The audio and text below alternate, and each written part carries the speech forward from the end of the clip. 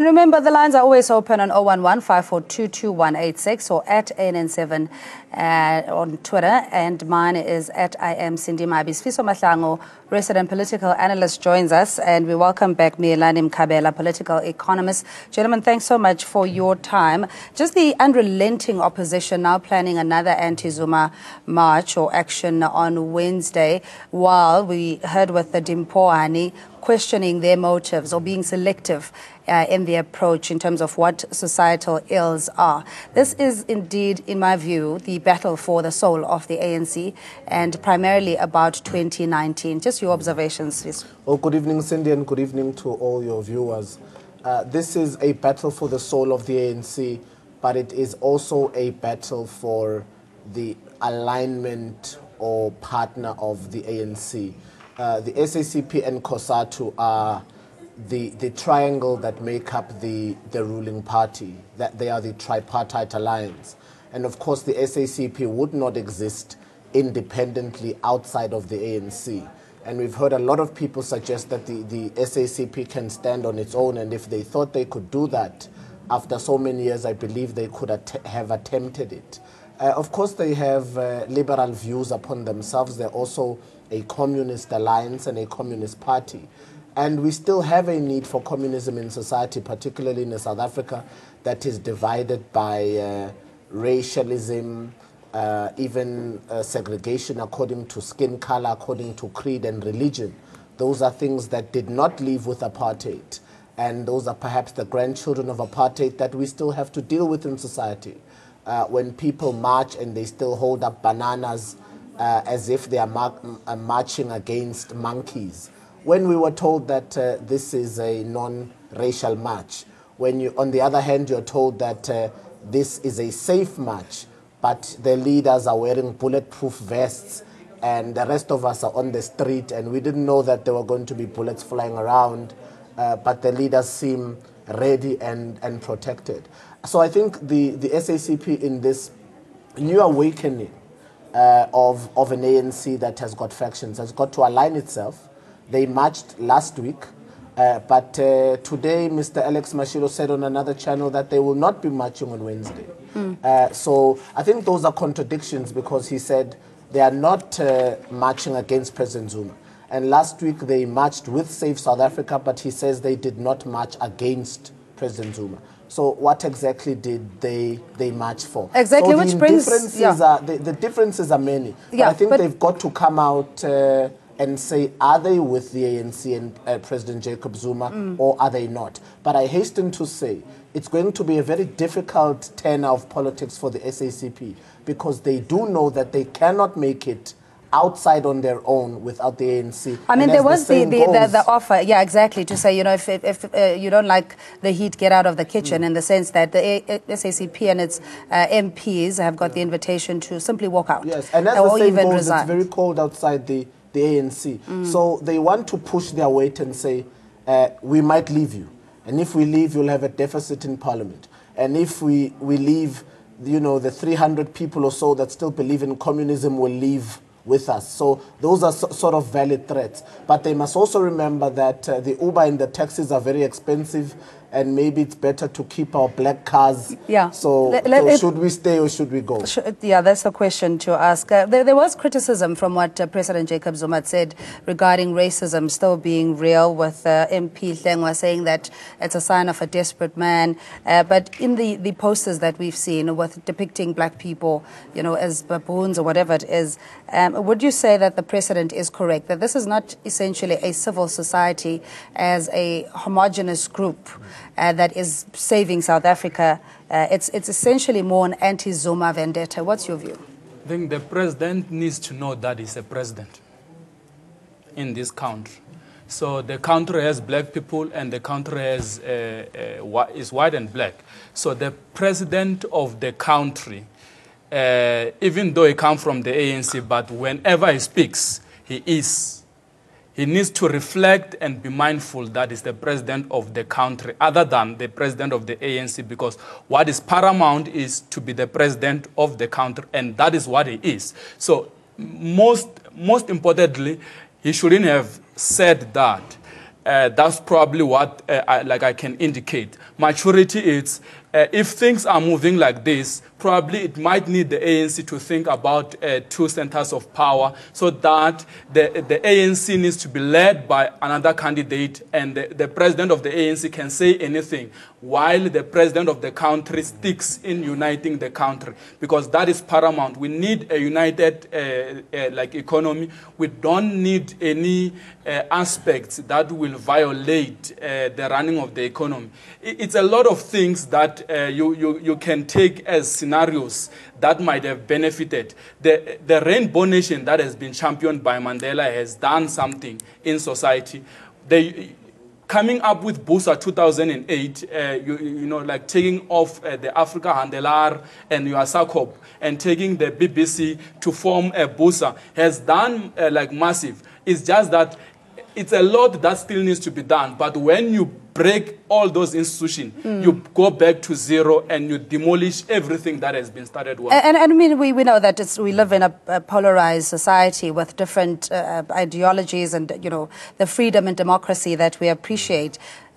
Is the spotlight more to scrutinize the opposition's zeal, if you like, and vigor on this anti-Zuma campaign, while they choose to overlook the spatial developments and exclusion of majority black in not only the means of production, but where you live and the ability to even exercise your democratic rights? I think just in response to Mr. Mkhabela, I don't agree with that notion that if there's a change in this administration, you need the two centers of power. That has always been established, two centers of power from 1994. But the factionism that we discuss now within the ANC are not new to the ANC. They were there in the days of Luthuli in the ANC, of John Langalwalele Dube in the ANC, of Oliver Tambo, in the ANC of Walter Sisulu, in the ANC of Nelson Mandela, and even in the ANC of Jacob Zuma. So every 5 years it emerges that there's a new camp brewing.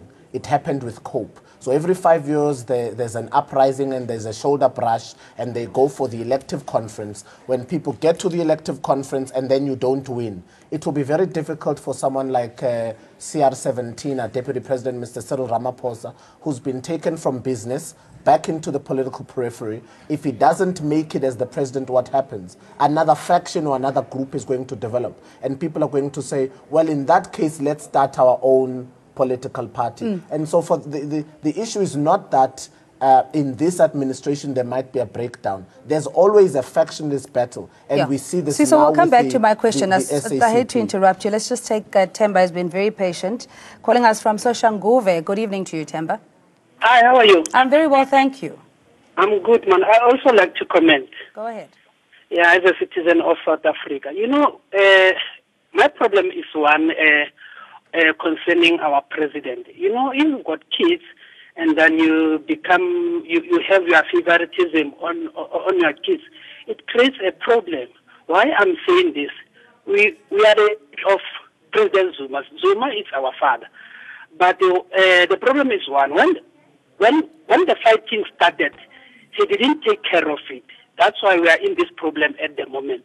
And then I think what is important, if he can listen to the citizen of South Africa, and then maybe stay aside and then give someone a chance to lead South Africa. Because at the moment, there's no way they will understand that when he says sorry to the country. It's very, very much important. All right, Temba, thanks so much for that call. And I think that's what we're grappling with, the fact that we are a constitutional democracy. And there are certain prescriptions as to how and when you can remove a president. And all of those attempts, the vote of no confidence has failed.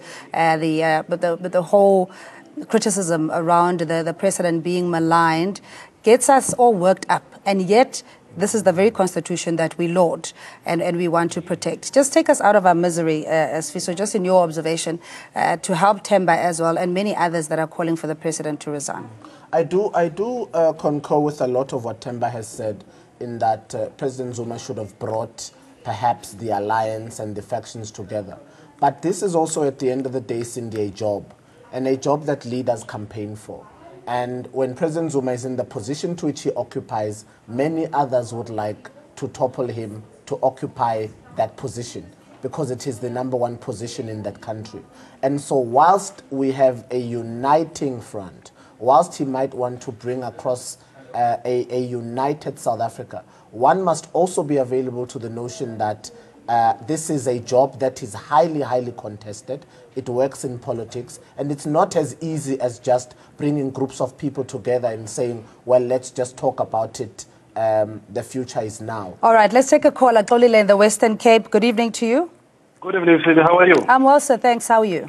I'm fine, thanks, and also good evening to the panel there and also to the viewers. You see, this situation of the president have to be removed. It looks like to me there's no democratic in South Africa, but it is democratic. I've got a problem with these opposition parties and say South Africa. Whenever there's a problem, for example, in the mines, especially, I just want to specify with the Democratic Alliance, the leader, Musa Maimane. Musa Maimane will never even hear that if there is a problem with the mines, he will never even go there because he's scared of the white people, because he's still under the authority of the white people while he is leading the Democratic Alliance. And also what is confusing me with the opposition parties, they think that in the parliament, they will win against the ANC. ANC is a democratic. President is for the democratic. South Africa and the ANC. They must not confuse the people of South Africa. The problem is, Jacob Zuma didn't turn the country to the old apartheid. Jacob Zuma is bringing something to the country, but they don't even think that they realize. All right, Xolile, we're going to have to leave it there. Thanks indeed. Benny, you're calling us from Limpopo. Good evening to you. Good evening, ma'am. How are you? I'm good, sir. And how are you? Yes, ma'am, you know, the white people from 1912 to 1994, they've tried to divide the ANC, and they failed. But we have this family, for 2 years, they've managed to divide the ANC. Jacob Zuma must just leave that family and run the country and the ANC. That everything else will be smooth. All right, Benny, thanks so much. We'll pose that to our panelists. Of course, again, in the constitutional democracy that we're in, to call for one family's businesses to be shut down and their citizenship to be revoked because of this personal hatred that has been displayed towards President Jacob Zuma already just creates another untenable and hostile environment. Meelani, you know, is this whole anti-Zuma campaign misguided in your view? The campaign can do two things to the country.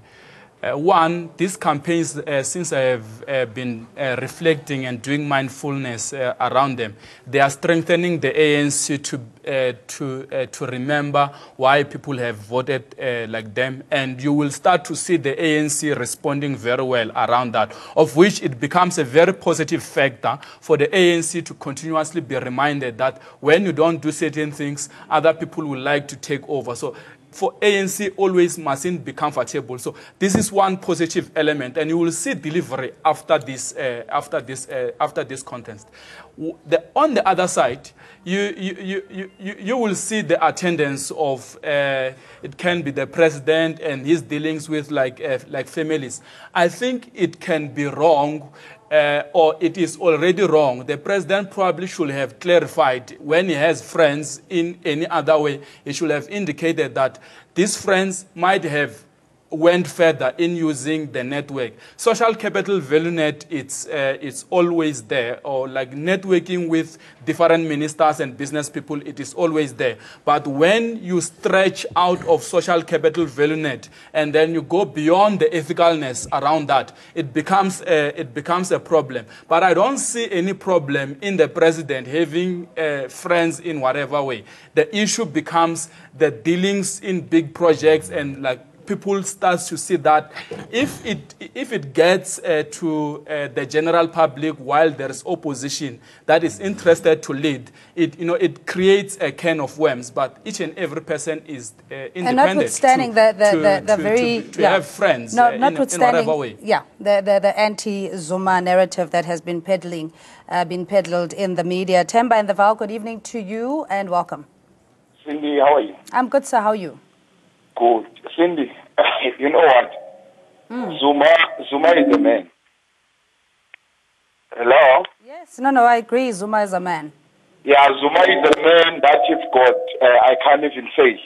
He stood up and fought for something that some sisters, I will call them sisters, those capitalists, they are sisters into me, because Zuma stood up for something that all of these men that are calling themselves men, they fail to do it. Look on the issue of economy. Which power do you have without economy? Which power do you have into the land that you can't even control? Our fathers, our grandmothers, they were robbed for this land. That today we are fighting for. Our fathers and grandfathers and our grandmothers, they were treated badly into their country.